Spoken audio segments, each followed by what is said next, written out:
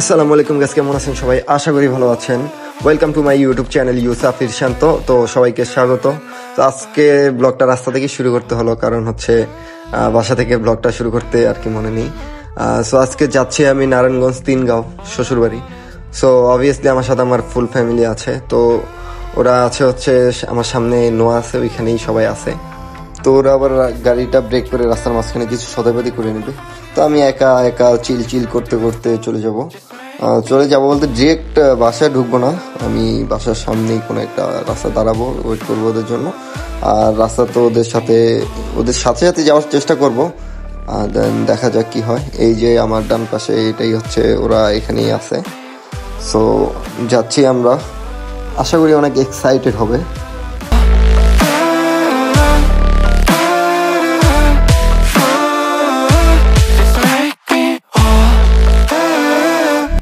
তো hey guys, আমি এখন রাইট নাও আছি মর্দনপুর টু নবীগঞ্জের রাস্তাটায়। তো এই রাস্তাটা অনেক সুন্দর করছে গাইস, কোনো জায়গায় কোনো উঁচা নিচা ছিল না। রাইড করে মারাত্মক একটা ফিল পাইছি গাইস, সেই ভাই চিল করতে করতে যাইতেছিলাম আমি। সো আমাদের গাড়িটা পিছনে পড়ে গেছে। তো এইদিকে একটা প্রাইভেট কার আমার একটু ছোটোখাটো করে একটা ভালোই চাপ দিছে।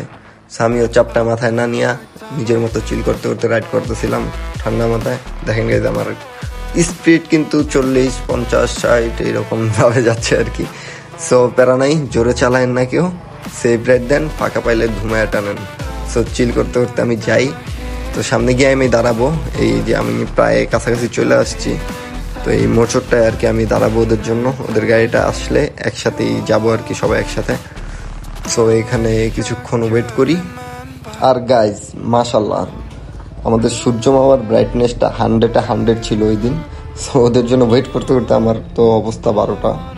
সো ওরা ওয়েট করি, ওরা আসুক, দেন একসাথে যাই। সো অলরেডি ওরা চলে আসছে, অ্যাট লাস্ট আসছে। সো আমরা সবাই একসাথে যাই এখন ওদের বাসার উদ্দেশ্যে। এইখানে আবার এদিকে ফিরে দেখি আমার সামনে একটা রিক্সা বা মামা, তারা হর্ন দিল, কোনো কাজ হইতেছিল না। সো আমি আমার মতো গ্যাপ দেখাচ্ছি বাবা ছানিয়া বাইরে যাইতেছিলাম, যাইতেছি। সো একটু পরেই ওদের বাসা, প্রায় আধা কিলো নাই। তো আমরা সরাসরি ওদের বাসার সামনে যাই, দেখা হচ্ছে, সাথেই থাকুন সবাই। সো গাইজ আমরা চলে আসছি ওদের বাসার সামনে। সো ওদেরকে আমি একটু হেল্প করতে চলে আসলাম, আমিও একটু হেল্প করি, দেখি আমাকে দিয়া কোনো কাজ হয় কি না। সো ওদেরকে হেল্প করতেছি, তারপরে যে যার মতো গাড়ি থেকে নামতেছে। আমি আমার বাইকটাকে, লাল বউটাকে গাড়ির পিছনে রাখছি, একটু পরেই সামনে বাসার ভিতরে ঢুকে ফেলবো।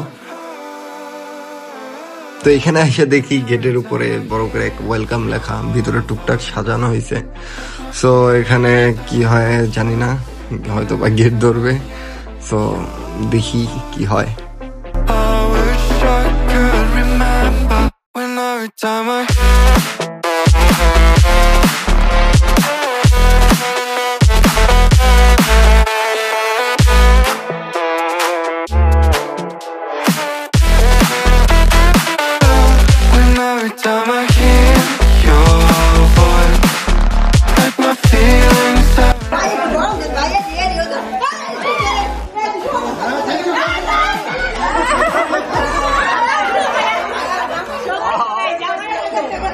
সো গাইজ আমি দূরে দাঁড়া ভাবতেছিলাম যে হয়তো আমি বেঁচে গেছি, কিন্তু না, আইসা দেখি এখন নেক্সট পর্ব শুরু।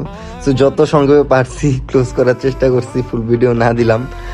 সো এখন ভিতরে আইসা দেখি আমাদের জন্য ফুল নিয়ে ওয়েলকাম জানাচ্ছে বাবা আর মা। সো আমরা ফুলটা রিসিভ করলাম, ফুলটা এনে নিল। আমরা এখন উপরে যাইতেছিলাম, অনেক তাড়াহুড়া করে উঠতেছিলাম, উপরে গিয়ে ফ্রেশ হইতে হবে, দেন বাকি কথাবার্তা একটু পরেই হোক। সো আমরা এখন উঠতেছি, অলরেডি উঠে গেছি। এখানে ঘরে ঢুকতে না ঢুকতেই বাবা বলতেছিল সবাই বসো। তাই দিনকে একটা টাকার বান্ডেল দিয়ে আমন্ত্রণ জানাইলো। তো টাকা দেখে চিন্তায় পড়ে গেছে কোনটা রেখে কোনটা ধরবো। সো একটা হাতে নিয়ে ওর মতো চুপ করে আছে। সো এখানে খাওয়া দাওয়ার পর্ব শুরু হয়ে গেছে। সো গাইস যেহেতু শ্বশুর বাড়ি আসছি, অনেক ঘোরাঘুরি হবে, ঘোরাফেরা হবে, মানে ব্লগ হবে। সো সবাই সাথে থাকেন।